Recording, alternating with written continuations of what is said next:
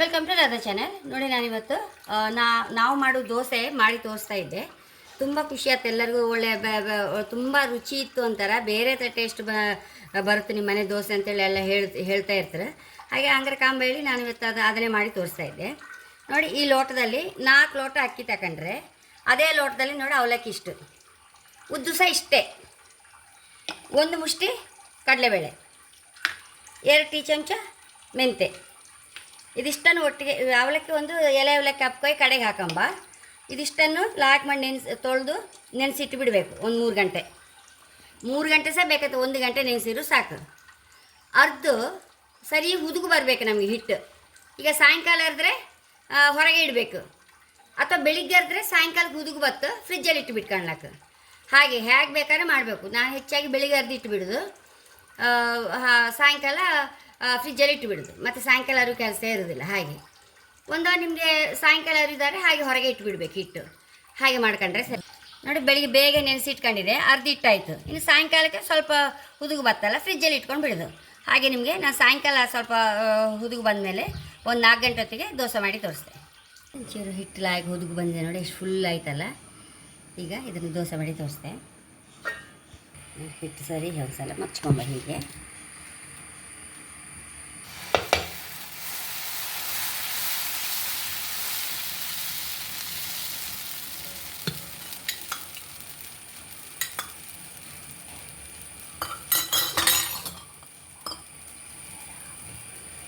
ಇಟ್ಕೊಂಡ್ಬಿಡುವ. ಏನು ಮಾಡ್ದಂದ್ರೆ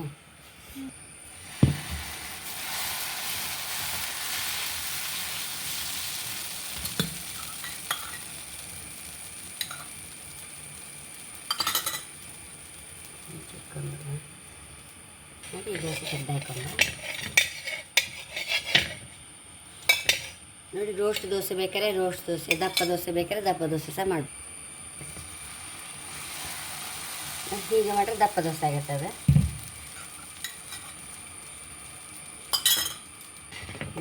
ಇಷ್ಟಲಾಗಿ ಕಣ್ಣು ಬಿದ್ದಿದೆ ಅಂತ.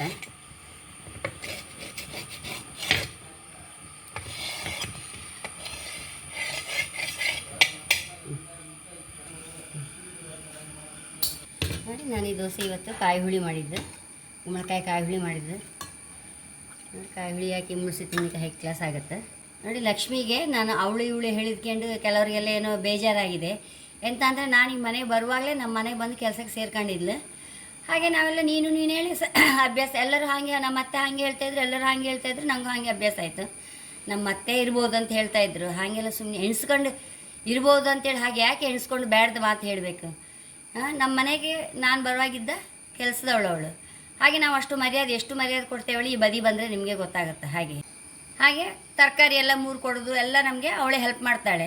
ಹಾಗಾಗಿ ಆ ಬಾಳೆ ಹೂ ಯಾವಾಗಲೂ ಅವಳೇ ಮಾಡೋದು. ಹಾಗಾಗಿ ಅವಳ ಹತ್ರ ಹೇಳಿದ್ದು. ಮತ್ತು ಈಗ ವರ್ಷ ಸಹ ಆಯಿತು, ಅವಳಿಗೆ 70 ಚಿಲ್ಲರೆ ವರ್ಷ ಆಯಿತು. ಹಾಗೆ ಹೆಚ್ಚಿಗೆ ಕೆಲಸ ಸಹ ಮಾಡಿಸೋದಿಲ್ಲ. ಅವಳಿಗೆ ಏನು ಕೊಡುತ್ತೋ ಅದನ್ನೇ ಮಾಡ್ಕೊಂಡು ಇರ್ತಾಳೆ ಅವಳು. ಹಾಗೆ ಅಷ್ಟೇ ಬಿಟ್ಟರೆ ಮತ್ತೇನು ಅವಳಿಗೆ ನಾವು ಮರ್ಯಾದೆ ಮಾಡೋದು ಹಾಗಿದ್ದೆಲ್ಲ ಮಾಡುವವರಲ್ಲ ನಾವು. ನಮ್ಮನೆ ಕೆಲಸವಳನ್ನ ಎಷ್ಟು ಮರ್ಯಾದೆಯಿಂದ ನೋಡ್ಕೊಳ್ತೇವಳಿ ಈ ಬದಿ ಬಂದರೆ ಎಲ್ಲರಿಗೂ ಗೊತ್ತಾಗುತ್ತೆ. ಮತ್ತು ಬಾಣಂತಿ ಸ್ನಾನ ನಮಗೆಲ್ಲ ಮಾಡಿಸಿದ್ದು ಅವರಿಗೆ ಇವಳೇ ಹೆಲ್ಪ್ ಮಾಡೋದು. ಹಂಡೆಗಟ್ಟಲೆ ನೀರು ಹಾಕ್ತಿದ್ರು ನಮ್ಮ ಅತ್ತೆ ನಮಗೆ. ಅದಕ್ಕೆಲ್ಲ ಇವಳೇ ಹೆಲ್ಪ್ ಮಾಡೋದು. ಬಾಣಂತಿ ಆವಾಗಿಂದ ಸಹ ಅವಳೇ ನಮಗೆಲ್ಲದಕ್ಕೂ ಅವಳೇ. ಮಕ್ಕಳ ಬಟ್ಟೆ ಎಲ್ಲ ಕ್ಲೀನ್ ಮಾಡಿ ಹಿಡಿದು ಮಡಚಿಡಿದು ಆ ಎಲ್ಲ ಕೆಲಸ ಅವಳೇ ಮಾಡೋದು. ಹಾಗೆ ನಮ್ಮ ಮನೆ ಮೆಂಬರ್ ಥರ ಆಗಿ ಹೋಗಿದ್ದಾಳೆ ಅವಳು.